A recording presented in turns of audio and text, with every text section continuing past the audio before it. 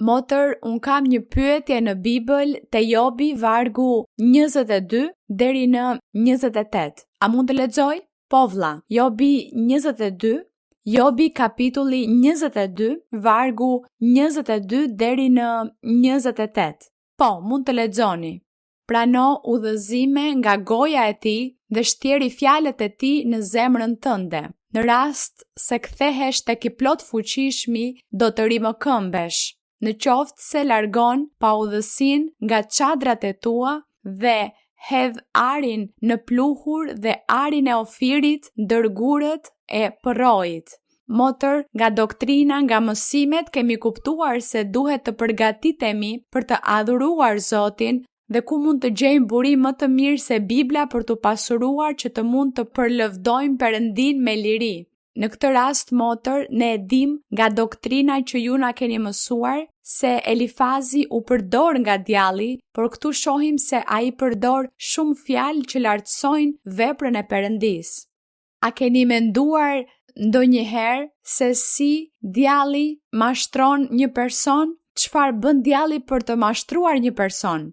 Ai thot të vërteta, bën gjëra të bukura, vepra të bukura. Un kam dëgjuar, gjatë jetës time kam dëgjuar se ka njerëz që shkojnë te magjistarët, te spiritistët, te të gjithë këta njerëz shkojnë dhe thonë se atje kanë Biblën, thonë se I bëjnë gjërat me Biblën, dhe për më tepër thonë se ata thërrasin gjakun e Krishtit dhe përveç kësaj përmendin fjalën Perëndi, sepse e bëjnë për të mashtruar njerëzit që shkojnë të konsultohen me ta.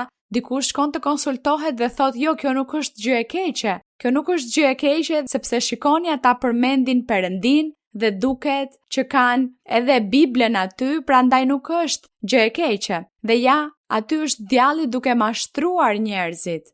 Pra djalli mashtron duke thënë të vërteta. Kur personi është mashtruar, fillon djalli t'i tregoj gjëra të tjera të gabuara, të shtrembruara, dhe personi pak e nga pak, pa e kuptuar, bie në kurthin e djallit. Këtë bën djalli.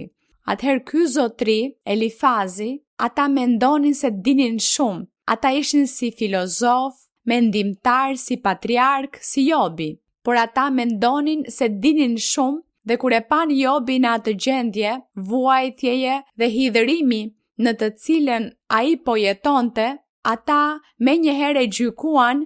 I than, ti ke mëkatuar, ti ke fyer Perëndin, ti je një njeri I keq, ti je një mëkatar, pendohu. Pra këtu ai mendon se di shumë, prandaj Elifazi, I cili po përdorej nga djalli për të mashtruar Jobin, që Jobi të binte në kurthin e tij dhe të mohonte Perëndin, sepse kjo ishte ajo që djalli I tha Zotit. Satani I tha, nëse ti I heq të gjitha pasuritë Jobit, gjithçka që ai ka, Jobi do të mohoj.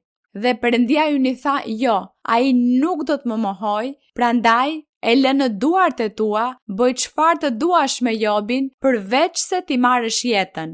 Por sigurisht, djalli menjëherë përdori 3 miqtë e tij, 3 miq që ishin shumë të ditur, shumë filozof, dinin shumë, njihnin shumë, pra Jobi mund të mashtrohej, sepse Jobi thoshte sigurisht edhe ata din dhe kanë shumë njohuri ashtu si unë, dhe ai do t'u besonte atyre, kështu që djalli me dinakëri tha, këtu Jobi do të bjerë në kurth me miqtë e tij. Por ajo që djalli dhe miqtë e tij nuk prisnin, ishte që Jobi nuk ra në kurth. Kështu që shikoni çfarë I thot ky njeri, që po përdorej nga djalli që Jobi të binte në kurth, I thot, prano udhëzime nga goja e tij dhe shtjeri fjalët e tij në zemrën tënde.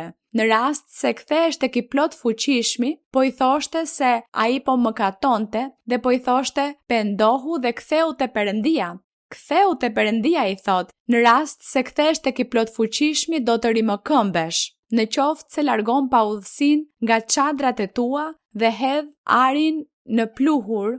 Këtu ai po I bënte premtime për të gjitha bekimet e mundshme që Perëndia mund t'i jepte atij nëse pendohej, sepse po e gjykonte duke I thënë se ai kishte kryer çdo mëkat dhe se ishte I keq, pra kjo ishte për ta bërë Jobin të binte në kurth. Të gjitha këto fjalë të bukura, të gjitha këto gjëra djalli I di, dhe djalli për të mashtruar një person, po ashtu mund t'i flasë gjëra shumë të bukura, për ta bërë që të bjerë në kurth dhe për t'i vjedhur bekimet. Prandaj ne duhet të jemi të ditur dhe të zgjuar, të jemi mendje mprehtë, të njohim shumë mirë doktrinën e Perëndisë, që ne të mos bijem në kurthet e armikut. Pra kjo ishte ajo që ndodhi, ai i foli bukur këtu, nuk po i flet keq, po thot, atëheri plot fuqishmi do t'jetë ari yt, thesari yt prej argjendi, sepse atëherë do t'a gjesh kënaqësinë tek i plot fuqishmi dhe do të ngresh fytyrën tënde në drejtim të Perëndisë. Një herë djalli ju shfaq një vëllai që ishte pjesë e kishës dhe djalli donte t'i ngrinte një kurth, atëherë djalli ju shfaq dhe i tha se Perëndia do ta bekonte, se Perëndia do t'i jepte shumë gjëra, se do të kishte madhështi, dhe duke qenë se ky vëllai ishte paksa lakmitar për para, djalli e dinte këtë dobësi të tij dhe i tha, e di çfarë, unë dua të jap ty shumë para dhe do të bëj të pasur, kështu që gjunjëzohu dhe më ndero. Këtë i tha. Dhe ai nuk deshi t'i bindej dhe kuptoi se ishte djalli që po i fliste. Dhe ai mendonte se ishte Perëndia dhe ishte djalli. Kështu është djalli. Kështu që miqtë e Jobit u përdorën dhe megjithse flisnin gjëra të bukura dhe në dukje të sakta, ishte një mashtrim sepse djalli donte që Jobi të mashtrohej dhe të gënjehej.